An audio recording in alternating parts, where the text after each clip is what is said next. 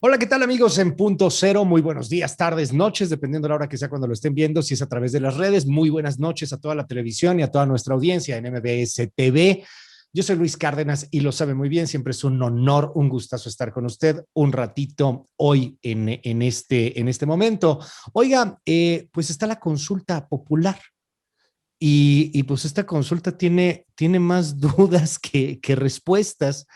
El día de hoy vamos a platicar un poco más a fondo sobre la consulta popular y le aprecio muchísimo a Daniela Malpica, que está con nosotros aquí en Punto Cero. Ella es fundadora de Justicia Transicional aquí en México, directora también de esta misma organización. Lo dije bien, Daniela, creo que sí, ¿verdad? Muy buenos días, ¿cómo estás? Muy buenos días, lo dijiste muy bien, muchas gracias. Un saludo a todo tu auditorio.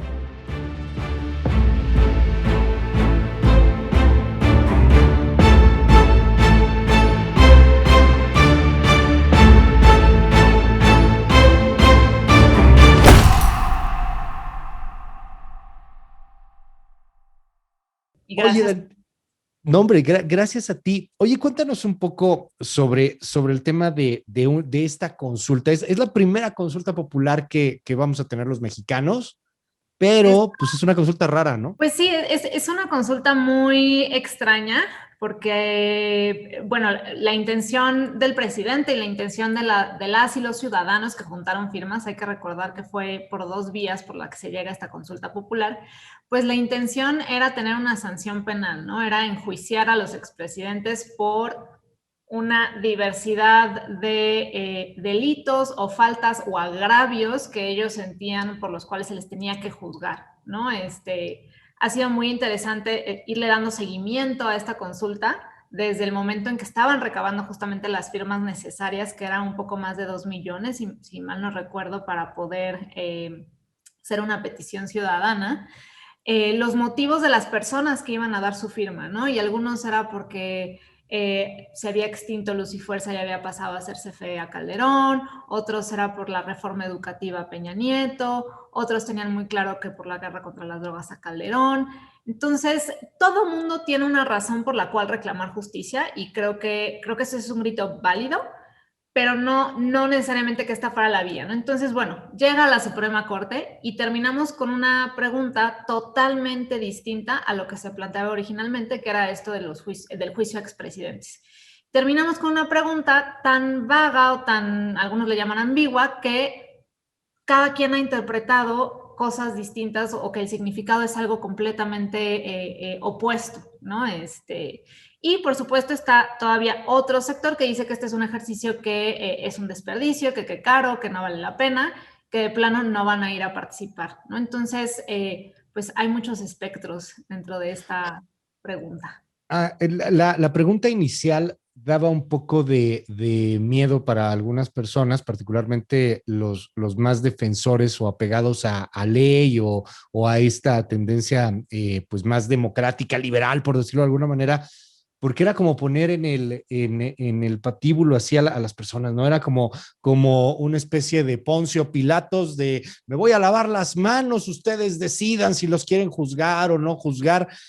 Era evidentemente inconstitucional, ¿no? O puede haber, con toda la experiencia que tú tienes, algún lugar en donde sea el pueblo el que decida si perdonamos o juzgamos a alguien. Pues creo que son dos áreas, ¿no? De análisis. La primera, pues sí, vienen ahí sí los derechos humanos de las personas a las que queríamos sentar en el banquillo, ¿no? Y ellos tienen derecho a un debido proceso, a que se identifique bien cuáles son las causas. Y aquí volvemos a la cuestión de origen, ¿no? ¿Qué proceso y por qué agravios, ¿no? Que no quedaba como esa claridad, ¿no?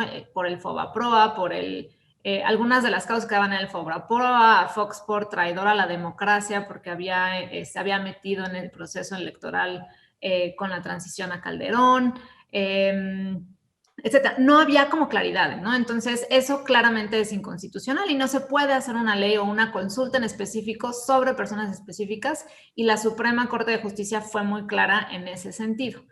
Y la segunda tiene que ver con esto que el presidente ha referido con el punto final, ¿no? De yo estoy a favor del punto final, ustedes díganme si los queremos juzgar, yo estoy a favor del punto final y que olvidemos todo. Y por lo menos en materia de derechos humanos, sobre todo cuando nos referimos a violaciones graves de derechos humanos, este tipo de derechos de las víctimas que han sufrido este tipo de agravios no se pueden someter a consulta y no existe el punto final, ¿no? Que la verdad me parece, y perdón que lo diga así tan abiertamente, me parece hasta perverso que el presidente use la frase punto final, porque el punto final es una ley de amnistía que existió en Argentina después de la dictadura, que literal se llamó Punto Final y Obediencia Debida, en la cual perdonaban a los militares por las torturas, las desapariciones, las ejecuciones que ocurrieron en esa época, y que le costó a las víctimas 30 años revertir esas leyes, ¿no? Por su propia Corte Constitucional. Hubo otras sociedades que también han optado por este tipo de leyes de amnistía o del olvido o procesos, y que todas han sido revertidas porque ha prevalecido el derecho a la verdad y a la justicia de las víctimas, ¿no? Entonces, por lo menos en materia de derechos humanos,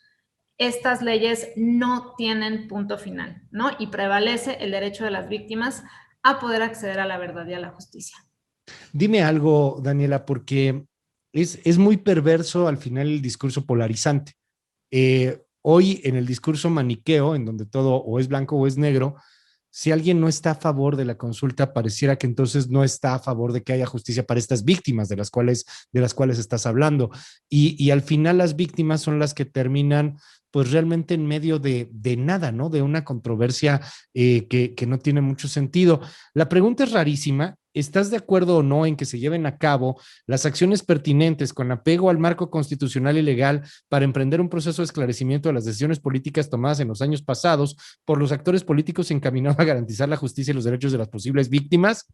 Hemos hecho la cuenta y dicho más o menos tranquilo, son 25 segundos, por lo cual hasta los spots de televisión o de radio son muy complicados para poder mover la consulta. Pero yo te preguntaría aquí, se lo he preguntado a todos los actores con los que hemos platicado en torno a la consulta. Vamos a suponer que gana el sí, que van 40 millones de mexicanos y dicen sí. Exactamente qué pasa, porque si me preguntas si quiero es un puente o no, pues hay un puente. ¿Quieres cambiar la constitución o no? Pues cambias o no la constitución o no sé, pero aquí no entiendo qué es lo que pasaría si sí o si no. ¿Tú sí? Pues, pues mira, creo que esto ha sido parte de la polarización y de las distintas posiciones y de la crítica a la Corte por una pregunta pues tan mal redactada, esa es la realidad, ¿no? Y que podemos pasar horas discutiendo le llamamos el Twitter jurídico, ¿no? Pero con los Sí. juristas, sobre cuáles podrían ser los efectos. Y a eso hay que sumarle declaraciones del ministro presidente a distintos medios de comunicación en los que ha dado o ha intentado aclarar de manera informal qué es lo que quisieron decir, ¿no? Y él en estas entrevistas al País, por ejemplo, hace un par de semanas, decía que se referían a comisiones de la verdad y a justicia transicional, ¿no? ¿Por qué? Yo me imagino que por esta parte de proceso de esclarecimiento de las decisiones políticas tomadas en los años pasados por actores políticos. Y creemos que es enfocada a comisiones de la verdad y justicia transicional, que se dedica justamente a analizar violaciones graves a derechos humanos ocurridas de manera masiva, que es nuestro caso. No hay que olvidar que aquí hay por lo menos 89,000 personas que siguen desaparecidas en nuestro país. Al decir, tiene que estar este ejercicio de proceso de esclarecimiento, tiene que estar encaminado a garantizar la justicia y los derechos de las posibles víctimas, ¿no? Entonces, de alguna manera podemos empezar a interpretar con lo que dijo Saldívar a ciertas entrevistas y lo que está escrito a la pregunta por dónde va. Pero esta es una duda que incluso a nosotros que nos dedicamos a eso nos genera incertidumbre y que más bien quisiéramos que la Corte lo pudiese aclarar, ¿no? Entonces, desde nuestra organización, por ejemplo, y perdón por la autopromoción, Por favor, desde Justicia por Transicional favor. Y Elementa DH y una activista que queremos mucho, Calicho Escofié, presentamos una solicitud de aclaración a la Corte, justamente diciéndole, oye, no se entiende bien, y ambas partes de los procesos siguen, por un lado, diciendo que esto va a ser un juicio a expresidentes, y por el otro, que es un ejercicio sin valor, y que si es lo que el ministro presidente ha salido a decir en entrevistas, pues es necesario que sea el Pleno de la Corte la que lo diga con todas sus letras y un poco empiece a orientar esta discusión. Entonces, pues me gustaría igual y platicarles un poquito cuáles son estas Sí, preguntas, claro. cuáles son los ejes que nos parecían como importantes aclarar. Y lo primero es el periodo que debe entenderse por años pasados, ¿no? Porque la solicitud del presidente de pregunta y de la ciudadanía era muy enfocada de la presidencia de Salinas hasta que termina la de Enrique Peña Nieto. No obstante, hay atrocidades que ocurrieron antes y hay atrocidades y violaciones graves a derechos humanos que siguen aconteciendo hoy en día, ¿no? Esto si nos enfocáramos nada más a violaciones graves. Y también hechos de corrupción. Ha habido hechos de corrupción que siguen aconteciendo hoy en día y hechos de corrupción que acontecieron. Claro.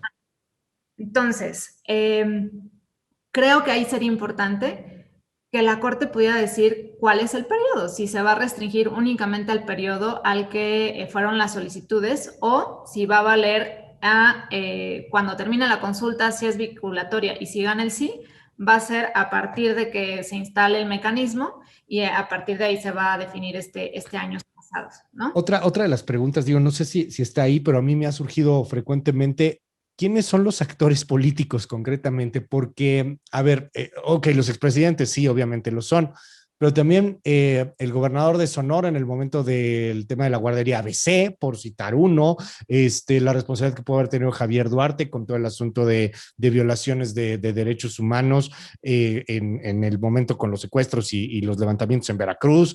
Híjole, un regidor porque votó en contra de poner un tope en algún lugar y esa omisión terminó porque perdiera la vida alguien en algún choque. O sea, no sé, es que está tan abierto qué son los actores políticos y qué son las decisiones políticas, ¿no?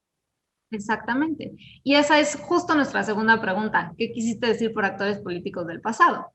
¿Por qué? Porque tanto en violaciones graves a derechos humanos como en actos de corrupción, lo que también se ha descubierto y ya sabemos es que vivimos en una red de macrocriminalidad, ¿no? En la cual están, sí, los entes que están dentro del gobierno, que son servidores públicos, pero también hay vínculos con personas de grupos armados o de la delincuencia organizada y también están ligados con grupos empresariales o del sector económico con poder, ¿no? Entonces, ¿qué vamos a entender? Porque al final también hay una gran parte de personas dentro de los grupos responsables y también dentro del sector empresarial. Entonces, ¿y qué es necesario? Si ya vamos a adentrarnos en una política de verdad y de justicia, que también estas personas sean identificadas y en su momento puedan ser procesadas y juzgadas, ¿no? Entonces, la pregunta es, ¿nada más va a ser de servidores públicos? ¿Qué servidores públicos? Federales, estatales, municipales, entran todos, o también vamos a incluir a estos otros actores que son responsables también de todas estas distintas violencias y actos de corrupción. Dime algo, Daniela, dentro de todo este galimatías, ¿se ve algo positivo? Es triste, a mí me parece un poco triste, perdón, pero que esta sea la primer consulta que se va a realizar tan polarizada, tan rara, tan desinformada. Hay gente que sí realmente piensa que van a juzgar a los expresidentes y que después de esto los van a meter a la cárcel. Eh, ¿Hay algo positivo en el marco de este primer ejercicio de participación de democracia directa de consulta nacional? Pues mira, yo creo que lo positivo es que de alguna manera ha vuelto a poner en el centro la conversación sobre los derechos de las víctimas. Nos ha recordado que este es un reclamo que nosotros debemos acompañar y exigir junto con ellos, porque también creo que debemos reconocer que llegar a 89,000 personas desaparecidas no se dio de la noche a la mañana y que hemos sido una sociedad que no ha sabido exigir justicia por los distintos medios y por la vía ordinaria, y ahora tenemos esta catástrofe en la cual el sistema de justicia ordinario probablemente no sea suficiente para poder resolver esta crisis. Entonces, creo que eso es una cuestión positiva. La segunda, que los ejercicios de democracia, independientemente de estemos de acuerdo o no con la pregunta, son valiosos y que si no estamos de acuerdo con la pregunta, como bien decías, creo que debemos salir de la falacia de votar que no necesariamente implica que no quisiéramos que las víctimas tengan justicia, pero pues si no estamos de acuerdo, siempre está la opción de salir y votar que no, sea la razón que no quieras, o sea, que votes por el perdón prohibido o que es porque no estás de acuerdo con la consulta en sí.